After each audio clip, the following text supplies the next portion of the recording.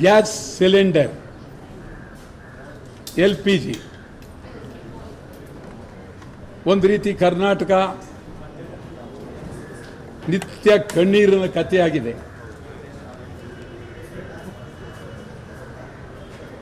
Rickshaw ಚಾಲಕರದಂತೂ ನಿಜವಾಗಲೂ ಬಹಳ ಗಂಭೀರವಾದಂಥ ಪರಿಸ್ಥಿತಿಯಾಗಿದೆ. ಸುಮಾರು ಲಕ್ಷಾಂತರ ರಿಕ್ಷಾಗಳು ಇಡೀ ಕರ್ನಾಟಕಾದ್ಯಂತ ಜೀವನ ಮಾಡ್ತಾ ಇದ್ದಾರೆ. ರಿಕ್ಷಾದಲ್ಲಿ ಬೆಳಿಗ್ಗೆಯಿಂದ ಸಾಯಂಕಾಲ ತಿರುಗಿದ್ರೆ ಅವರು ಹೊಟ್ಟೆ ಬಟ್ಟೆಗೆ ದುಡ್ಡು ಸಾಲದು.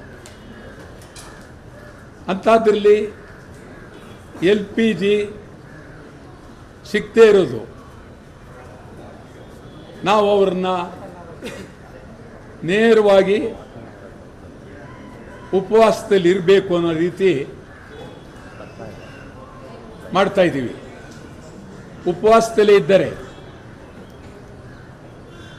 ರಿಕ್ಷಾ ಚಾಲಕರುಗಳು ಉಪವಾಸದಲ್ಲಿ ಇದ್ದಾರೆ, ನೋವಿನಲ್ಲಿದ್ದಾರೆ.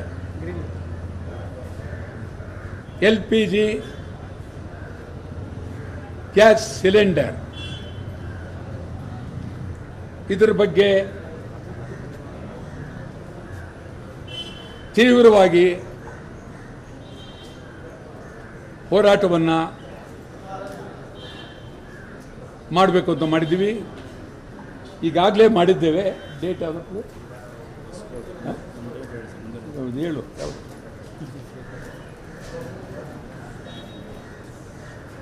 ಬೇಗ ಬೇಕು. 22ನೇ ತಾರೀಕು ಬುಧವಾರ ಹೊಸಕೋಟೆ ಟೋಲ್ ರಾಷ್ಟ್ರೀಯ ಹೆದ್ದಾರಿ ಬಂದ್. ಹೊಸಕೋಟೆ ಟೋಲ್ ರಾಷ್ಟ್ರೀಯ ಹೆದ್ದಾರಿ ಬಂದ್.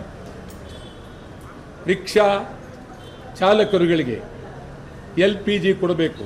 ಇಲ್ಲ 10,000 ರೂಪಾಯಿ ಸರ್ಕಾರದಿಂದ ಅವರಿಗೆ ಜೀವನಕ್ಕಾಗಿ 1 ತಿಂಗಳು ಇದು ಸಂಪೂರ್ಣ ಈ ಯುದ್ಧ ನಿಂತು ನಮಗೆ ಸರಿಯಾದ ರೀತಿ LPG ಗ್ಯಾಸ್ ಸಿಲಿಂಡರ್ ಬರ್ತಾ ಇದ್ದರೆ ಆವಾಗ ನೀವು ಹಣ ಕೊಡೋದು ನಿಲ್ಲಿಸಿ.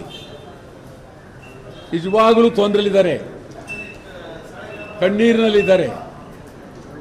ಕನಿಷ್ಠ 10,000 ರೂಪಾಯಿ ಒಬ್ಬೊಬ್ಬ ಚಾಲಕನಿಗೆ ಕೊಡಬೇಕು. ಇದರಿಂದ ಅವರ ಜೀವನಕ್ಕೆ ಅನುಕೂಲ ಆಗತ್ತೆ.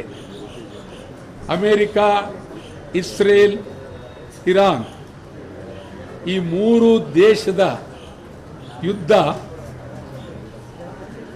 ಇಡೀ ಪ್ರಪಂಚಕ್ಕೆ ಹಬ್ಬಿದೆ. ಒಂದಲ್ಲ ಒಂದು ರೀತಿಯಲ್ಲಿ ಎಲ್ಲ ದೇಶಗಳು ತೊಂದರೆ ಸಿಕ್ಕಿದ್ದಾರೆ. ಭಾರತ ದೇಶದಲ್ಲಿ ನಾನು ಮೊದಲೇ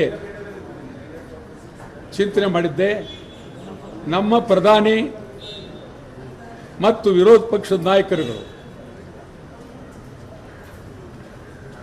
ಇಸ್ರೇಲ್, ಇರಾನ್, ಅಮೇರಿಕ ಇವರಿಗೆ ಗಂಭೀರವಾಗಿ ಹೇಳಿ ಯುದ್ಧ ನಿಲ್ಲಿಸಬೇಕು ಅಂತ ಹೇಳಬೇಕಾದ್ದು ಈಗ ಅನಿವಾರ್ಯ ಆಗಿದೆ.